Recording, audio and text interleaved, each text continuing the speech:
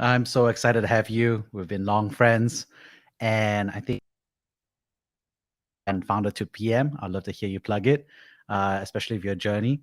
And I think that will be really helpful to obviously a part of the 40, right? Who achieve some level of a different outcome from that being a unicorn. So love to hear from your story, Hannah, about your story. Awesome. I'm so happy to be here today, Jeremy. Thank you for inviting me to the show. Really quick intro. I'm Hannah. I'm the author of a book called Founder to PM, and I'm also a product consultant. And I'm mainly here today because I want to share with you my journey from transitioning from being a founder to a product manager. Prior to my current role, I worked as a product manager at Oscar Health, which just went public last year. I'd love to just share some insights about how to make this transition because when I was shifting my business to a side business from working on a full time, I needed to get a job at ASAP, but I couldn't find any resources on this topic, which is so odd because most startups end up failing and a lot of startup founders make for really good product managers. So I didn't find any resources. So I decided to share my learnings so that people can learn from my experiences. Amazing. First question I have is we kind of quasi knew each other all the way back in undergrad days a little bit. How did you go from undergrad to saying I want to be a founder? And you share your story, and I also remember talking to you a little bit about that as well. But how did you become a founder? What was your initial motivation? That's a great question. I think first, I have always been someone who took a lot of initiatives and had ideas in my head, and I want to build a project. So in college, I founded a club. I applied for a grant me to go to India to start like a program. But my first gig out of college was actually a management consultant at Deloitte Consulting. And I think what happened was I was in the Bay Area and I was just surrounded by a lot of people building businesses. And I would go to events and I'll meet friends of friends and ask them what they're doing. And they're like, I'm building a business. And I was like, what? This is an option. And I just met people and started going to hackathons with them and started working on stuff on the side and then through getting to know these type of people and knowing that I like creating things and I have always been creating things since college, I just thought, okay, it would be really cool to take a shot at this and build a social enterprise. I was particularly interested in social good businesses. I double majored in international development and business. So it's like I'm interested in taking a shot to see if I can do it too. Yeah, and I remember how excited you were that, and obviously we had different approaches and so forth because I had been a social entrepreneur, then building a startup, and we were discussing at that time. And I remember was just kind of discussing what the reality, the economics, the dynamics of the business, and then we kept checking in and what the experience was like as a founder, right? So obviously there's a quick transition between consulting to, and then of course seeing it from the outside in the Silicon Valley to being a founder. You're kind of transition to say like this isn't it, but founder experience was at that point of time when you're full time. Can you repeat that one more time? You cut off for a second, Jeremy. Oh, during that time when you were a full time founder, what was that experience like for you? Yeah. Yeah, it was really hard and it was a step-by-step process, right? So like first, so as I think many of you know, consulting is a very grueling job. It's really hard to have a side project. So, and I had a side project, but I at one point I knew like, okay, I need to like give myself more time. So what I first did was I took a contracting gig, which was like 9 to 5, right? I actually ended at 5, not like consulting that went past 5. So the first step was I gave myself more time. I did contracting, and then from contract, I contracted for a year, and then I went full time on my business. Um, and I think being full time in your business, it's the hard part is that the moment you go full time and if you haven't raised any fund, the clock starts ticking on your runway. So like if you haven't found product market fit or your revenue isn't really in place, you become a little bit stressed, like, okay, what can I do so that people start paying? So like that part was stressful, and I feel like in a way sometimes you become a little less creative because you're just trying to figure out what sticks, versus when you hold a job or if you raise money, maybe you have a little bit more of breathing room to be more creative and whatnot. So being full-time, one was definitely stressful, clock starts ticking, but I also loved it because like I had full time to create and ideate, and work with people. And the highs are much higher, the lows are much lower. If you get a win, like we landed we landed a big deal, like with a business, a customer, like that felt so good because you did the work to do that. So yeah, let me know if you want me to go into any specifics in any aspects of it. Yeah, that makes a lot of sense. And did you decide that it was time to that it was time to kind of like put Airway in a different status and explore new opportunities? So when was it the time to put the Shareway off and get a job? Is that what you're saying? Yeah. I think what happened was my co-founder and I learned about like how investors like to invest in like business with like billion-dollar potential. And this was our first gig, so like we didn't realize like that was like a very important aspect of raising, and we just decided that like we're not the type of company that's on that billion-dollar track and want to raise a ton of VC funding. And we realized like we're very interested in building a really good, lean, high margin lifestyle business. So, and we were also coming out of at the end of our runway. So like at that point we had to decide, okay, do we want to raise or do we want to not raise? And based on our personal goals, we decided that the lifestyle path makes the most sense for us. So that's why we decided to get a job. How do you feel like emotionally because many founders are in that period? Obviously now it feels clearer when you say it in hindsight, but at that point of time it's a very difficult decision, right? So how was that emotionally to discuss that or to think through those parameters? It was really hard. I mean, like I had such a big vision for it, and I think realizing that's what we want for both of us, I had to kind of like scale back my vision for what it could be.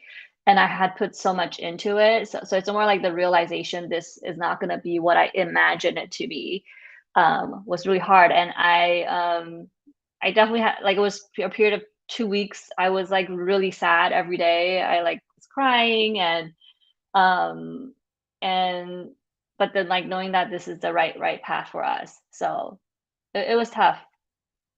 Yeah. And it's tough. Why is it tough? I mean, because, if I wanted to leave a job, right, at X company to join another company, it would feel tough, right? I would be like, okay, my boss sucked, right? Or that job is going to pay me better, right? So, from your perspective, why is it tough for, a founder to have that decision, right? Yeah. It's tough because you put so much of yourself into it and you made sacrifices. So like for me, for like the 2 years I was doing this full time, I didn't go to some of my friends' weddings, because I would literally didn't have an income for like 2 years, like very little income. So I made a lot of sacrifices, and realizing that it might not be what you envision it to be is also a bummer, right? Like the reason I did this was like if I didn't do it, this wouldn't exist in the world. And knowing that it's not going to exist to the extent that you want it to be was also like, ooh, like I wish I could take it there fully. I think you just own it so much, it's kind of like your baby, versus working at a company, you probably aren't as attached to it. Yeah. And how did you go about thinking through that process, right? Because it's not an easy discussion to have um, with anyone. I mean, I don't think too many people around the world or in your friend circle knew exactly what you were going through either. Making that decision, did you talk to people? Individual process? How is that process like? The decision mostly came from discussions with my co-founder. So and I think if you have a co-founder, that's probably a joint decision versus like consulting a bunch of friends. You may each consult friends individually, but if you have co-founders, this decision was probably made together. So after it was made, of course, I was really sad, and then I talked to my close friends about it, like this is how I feel. This feels like the right thing to do. So I wasn't really talking to them to help me make a decision. It was more talking to them to vent and to like feel comforted that the next step is going to be great, like the things that friends do for you when you're sad about things. And as you were thinking through that aspect of it, was it important for you to know what your next thing was going to be, or did you not know what the next thing was going to be in terms of career or the next? Yeah. So I knew I had to get a job. And I had a hunch what it would be, um, from knowing the types of roles my friends have had in the tech space. So the Shareway is a tech product. Um, and so I had a hunch, but I wouldn't say like I nailed it, like this is it. Even when I was looking at, I still looked at like a couple different types of roles. Um, but that transition had to happen quickly because the reason we shifted was that we were running out of runway. So we had like a couple, like maybe 2 to 3 months, right, to nail the next thing. Um, so I feel like once I finished my grieving period, I had to move really quickly to like, okay, I need to figure out what I want to do next, prepare for it, apply, interview. And the thing I decided to do was to become a product manager because mainly because of all the things I did at the Shareway. I love talking to users the most, figuring out what they need, like building something and then showing it to them and seeing that like aha moment in their eyes. That was like my favorite part. And I learned that in a tech or company, like that's typically what the product managers do, talking to users, figuring out what they need. In that aspect, okay, so that's an interesting dynamic, right? Because obviously there's a search for, there's the tackle how to be a PM, to be a PM, which is a little bit earlier before that. But you said an interesting phrase, which is you need to get through the grieving process as fast as possible. So what does that mean? I mean, walk us through what does it mean to grieve a startup, and what does it mean to get through it as quickly as possible from that dynamic? Yeah. Kind of like time boxing it, like it's September. I need to get a job at the end of December because that's what my runway looks like. So like I feel really shitty, really sad right now. And all right, let me just like take it all in and digest it for the next 1 week or 2 weeks, right? But when that time is up, I have to get going because there's a very like realistic like timeline to where I need to be in a couple of months. Right. Right. And did you grieve, right? How have you seen other founders grieve? What does that process look like from your perspective? The thing is, I don't think a lot of founders share that aspect. So I actually haven't heard too many stories of other founders grieving, and I think it's not shared very often. Um, I can tell you how I went through it. Like I was crying almost every day, and it's like a part like crying, part confusion. Like what do I do next? I would like cry and I would journal and I would talk to friends, like, this is what I'm thinking. Does it make sense? And then go back to journaling again. And like, whatever, I think it's different for everybody. It's like whatever process you go through when there's like a really big shift in your life, right? Whether it's like maybe you like got let go and you have to figure out your next steps, or like someone says something that made you like realize you're off track or like you're not on the right track, you know, like it's like a little bit existential and also a little bit like sad about the ending of like a chapter. Right. How how does that process happen in terms of getting to the next chapter, I guess? It's interesting, right? You say that you're time boxing it, but you're to get pushed to the next chapter. You're doing the journaling, career search at the same time, which makes it very difficult, right? I think nobody does that in senior year, right? Senior year, you're just doing a career search in a very excited slash nostalgic way. But there's that time compression that's also happening as a founder. So how does that, from your perspective, uh, look like?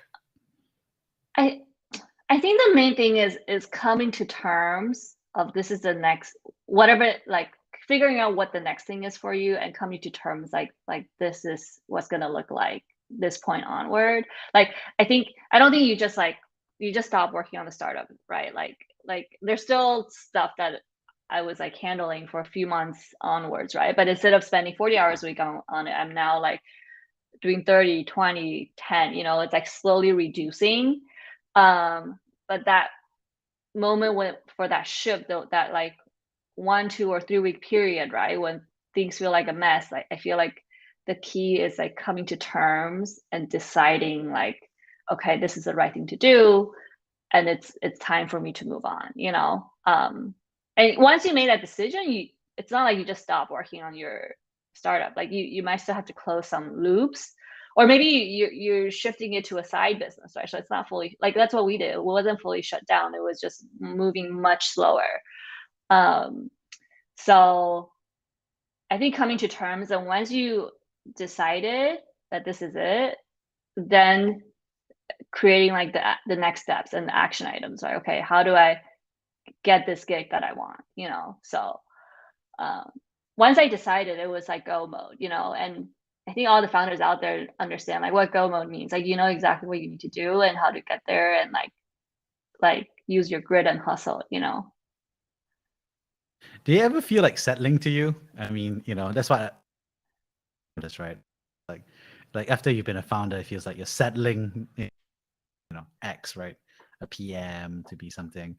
So what does that look like for you from your perspective? Yeah. Um, I didn't feel like I was settling because I feel like it's not that easy to get a PM gig, right? Like the friends I know who are PMs, these are like super legit people. So I knew like, okay, how do I get in? How do I break into this? And I also feel like I was looking forward to and excited for the learning that this role will give me, because how I learned PM was through books and talking to people and trial and error, you know, and this was an opportunity for me to like learn it from someone at a company. So I was very excited for the learning opportunities for that. Um, and and also excited, like I feel like once I got over the sad part, I was like looking forward to like, okay, it would be nice to have a job and have some income and like go out to a lot more dinners with friends, and just feeling like a little bit more relaxed, you know?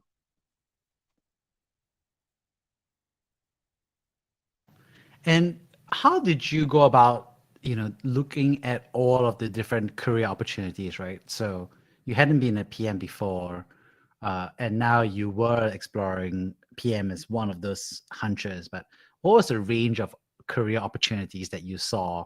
You could have become a consultant again, right? You could, I don't know, join an incubator. There's so many different roles that are available. How did you triangulate and say Yeah. PM is the quasi-ish kind of role that works well? Yeah. So like I think the stuff I looked at was PM, and then there's like stuff that lends itself well to ex consultants, which could be like program manager at tech companies, or like you're on the strategy and operations team of like Uber or something. And then there are like market research roles in like social impact, like companies, businesses, nonprofits.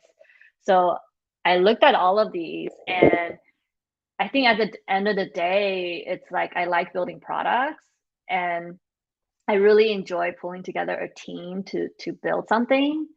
Um, and like I just and because I like that so much, I felt like PM was the best fit for me. So like, but in the back of my mind, I was like, okay, can I make it, right? Like if I get rejected and I can't get hired, maybe I have to go to these ex consultant type of roles, right? But I decided to give myself that shot at like trying to become a PM.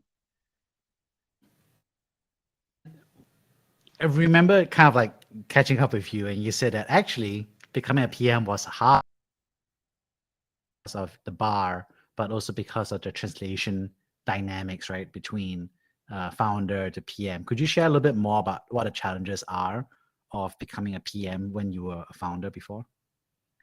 In terms of like the interview process and get landing that first PM Yeah, job. yeah. Yeah, absolutely. I think what I learned, um, one was how, and this is from like watching YouTube videos and whatnot. Like, um, there were first thing is like fixing up my resume to be very PM focused. I think the first couple places I applied to, my resume had a mix of like great things I did as a consultant that's strategy related. I also included like sales stuff that I did. I had like how I landed like Phil's Coffee or Vita Coco, like these big brands for the Shareaway. Um, and when I was like learning about how to break into PM, one of the things I learned was your resume should be pretty much 90% about PM skill sets, right? Like, because they're looking to hire a PM, and other resumes that these people, hiring managers, are looking at are people who have already been PMs, whose resume is like 100% PM.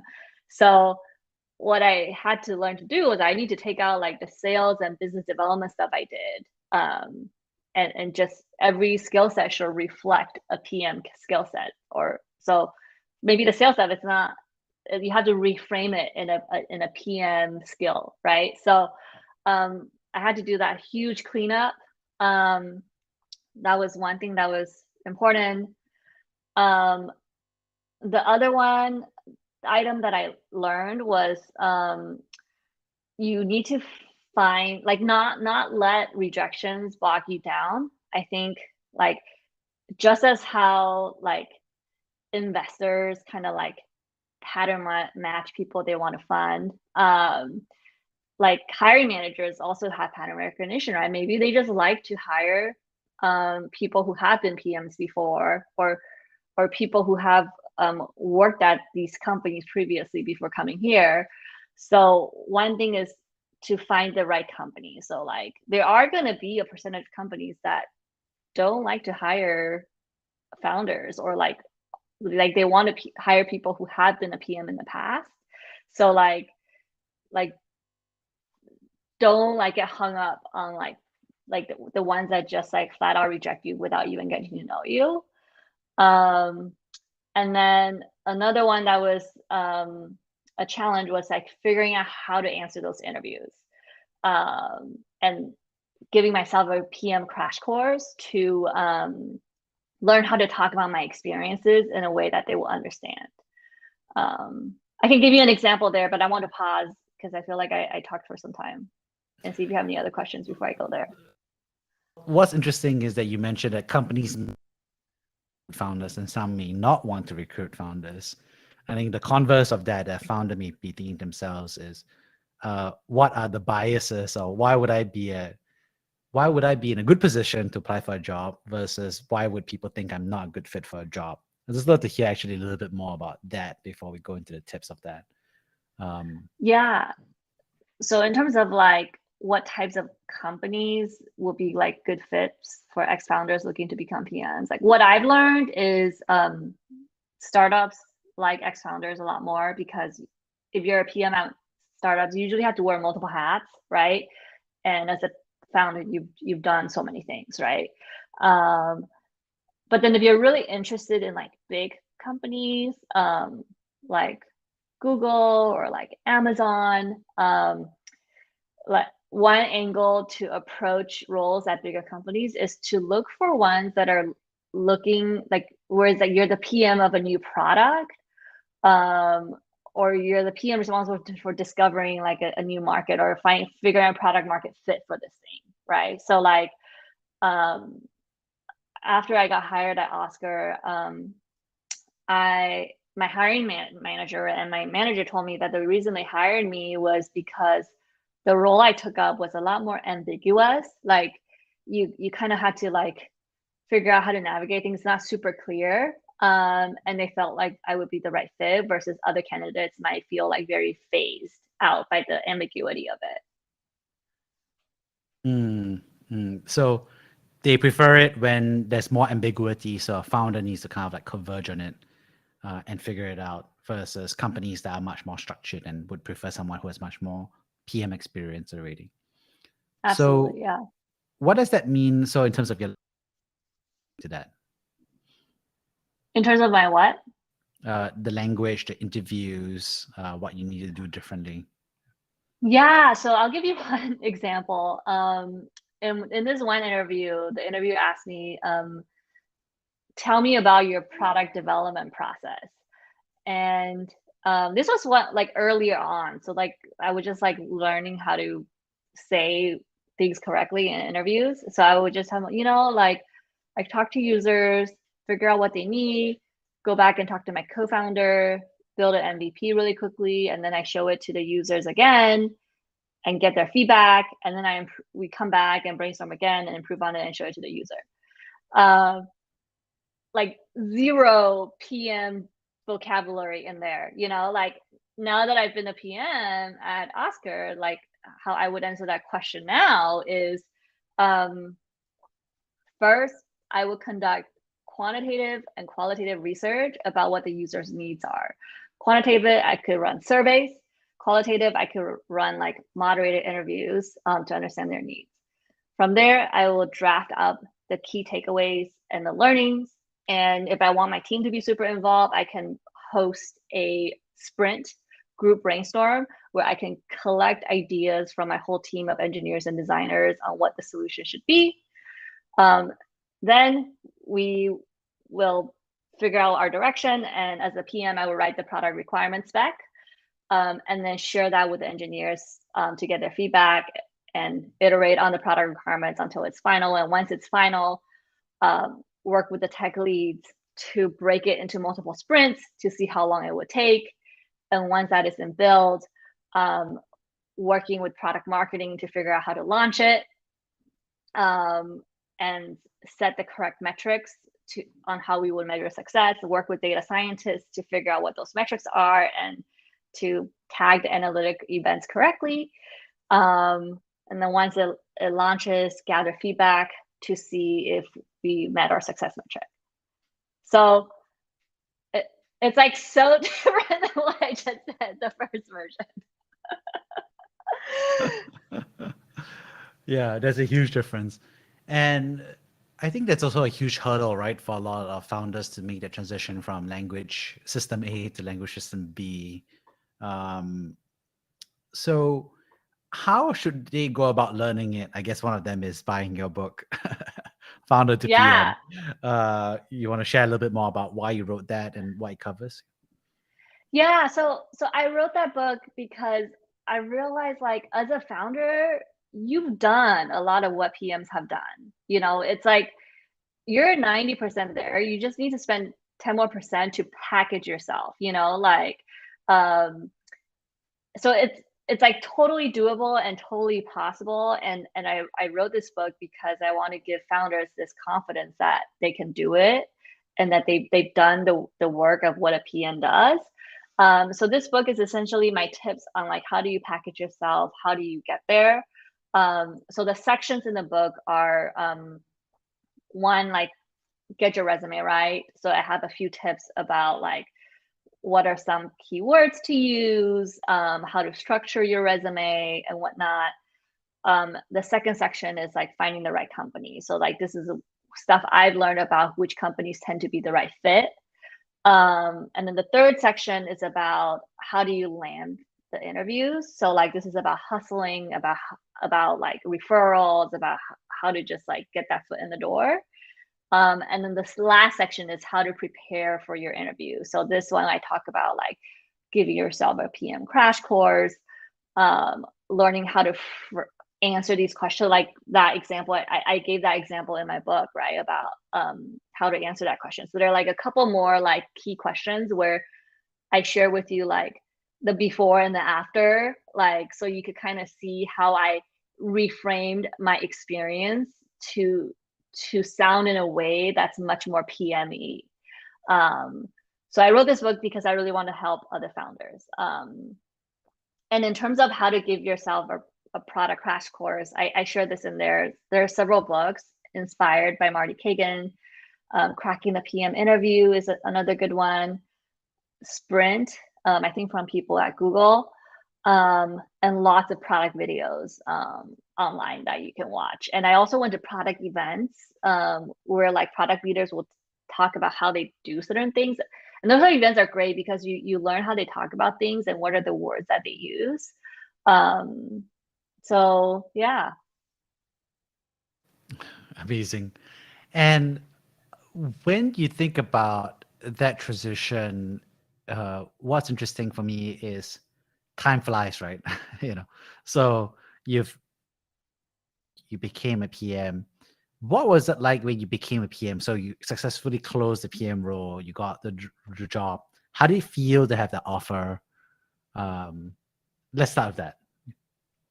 How do I feel about the offer? So I haven't started. I got the offer. Like how I'm feeling about it. That's what you're asking? Yeah, when you got the offer, how did you feel like when you got the offer? Were you happy? Were you conflicted? Were you nostalgic? I don't know. How do you feel? Yeah. It felt really good. I think I got a few, and the Oscar one ended up being the best one. And it it felt, I think once I got one from before, like which I didn't take, like so the first time you get, like it'll give you a boost of like confidence. That, okay, if I can get this one, it means I'm on the right track. I can probably get something else. So when I eventually got the Oscar offer, I was super excited because it is like one of like the like it's a pretty well known company in New York in a digital health space. The pay was pretty good. Like that felt so good. I was like, oh my gosh, this is crazy. I'm gonna go from making barely anything to like this amount. So, and then their office is cool. Having colleagues, like another thing about being a founder, it's a pretty lonely process. You're pretty much on your own, or with a co-founder until you hire employees. So I was very excited about like entering into this work context again, where I'm gonna have colleagues and you go for coffee walks and whatnot. So I was feeling really good. I'm super excited.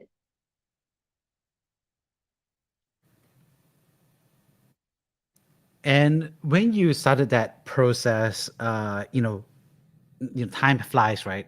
Since then, so like a year and everything.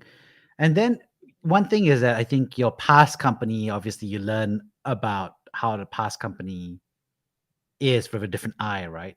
you know, so it's very like they call it Adlerian psychology. It's like it's not cause or effect, but human psychology is like where you are today changes how you perceive the past. So now that you've become a PM with some experience, how did your view of your startup change as a result of your experience as a PM at Oscar Health? Yeah, I think one of the first thing was like, oh my gosh, I gave my tech leads pretty bad requirements as a founder. um, because I would just like very like, oh, this is roughly what they need, but it wasn't like super detail oriented. Like I didn't like call out edge cases, right? I was like, user needs to be like able to log in. So like, what error message do you show if they enter the wrong password? What error message do you show if they enter an email address that's not in our database, right? Like I like rarely share these type of edge cases, and being at Oscar, because there are a lot more users using your product, you have to design for like multiple endpoints, right? If things doesn't work, or like if this user has like it's a mom and their kids on the plan, right? So how do like multi-family log into certain things, you know? So I think in hindsight, I learned so much about like how I could have done product even better at the Shareway from working at Oscar. Um, but the same thing goes the other way direction, you know, like I was surprised by several things at Oscar that was so hard to do, you know, that was super easy at the Shareway.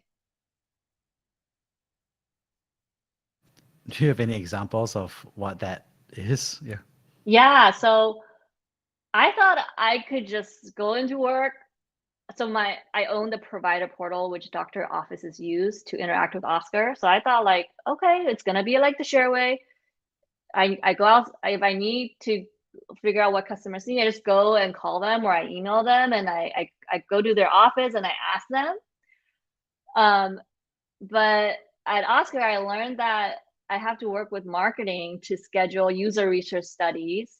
I have to get legal to approve incentives to give people gift cards. Um, and PMs don't just walk outside and go to people's like offices to ask them questions. So so to gather research like user insights, it's like a 4 to 6 week process, sometimes even longer, you know, which I was like very surprised. Like I didn't expect that. That was something I was very surprised by. Yeah, things move a lot slower when you're not the founder and making the call there. Um, so Yeah. on that note, could you share about a time when you personally were brave? Um, I feel like switching into PM. So the context is I was in San Francisco and I moved to New York because my partner was in New York City. So I moved to the new city and also at the same time was switching careers.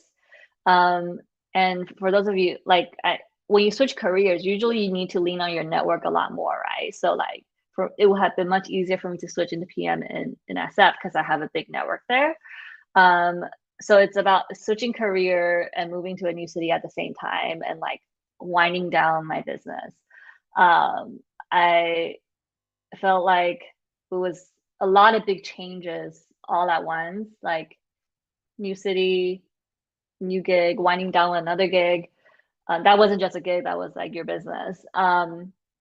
So at that time, I think I just had to like put on my game face and like hustle, right? Like I asked I didn't only contact my like second connectors on LinkedIn, first connectors. I asked like a first connector to connect me to a second connector who then refer me to their companies. You know, it's like a weak tie, but like I did everything I could to get intros and to get referrals.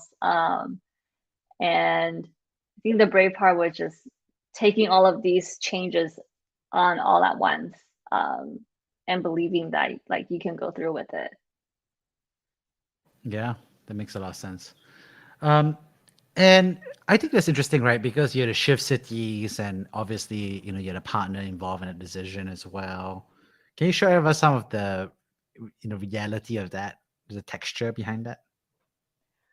The texture behind this move and um I'm trying to think. I think like lots of ups and downs, right? Like some days you feel really good, right? You got someone to intro you to a company. Um and then some days you get a ton of rejections and you question like, can I really do this? Um maybe I should move back and do this in San Francisco, or maybe I shouldn't be a PM. Um and I never reached a point where I gave up or didn't go forward. I think thing was always moving more positively rather than a ton of negatives. Um, and I think one thing I was very mindful of was every interview I messed up on, I would call a PM friend and ask him or her like, how would you have answered this question? Um, and so that every interview I was improving. So like I didn't take the first couple rejections as in like I wasn't good enough. I just took them as a learning opportunity. And the most important part is to improve. So I asked people for feedback and I asked what they would have done. So it was just moving positively. And I ended up, I think, landing a gig in probably like 8 or 10 weeks. So it was within my timeline. I got it before December. Um, so it was within the time frame that I gave myself, you know. It wasn't like I went over and had to rethink my strategy.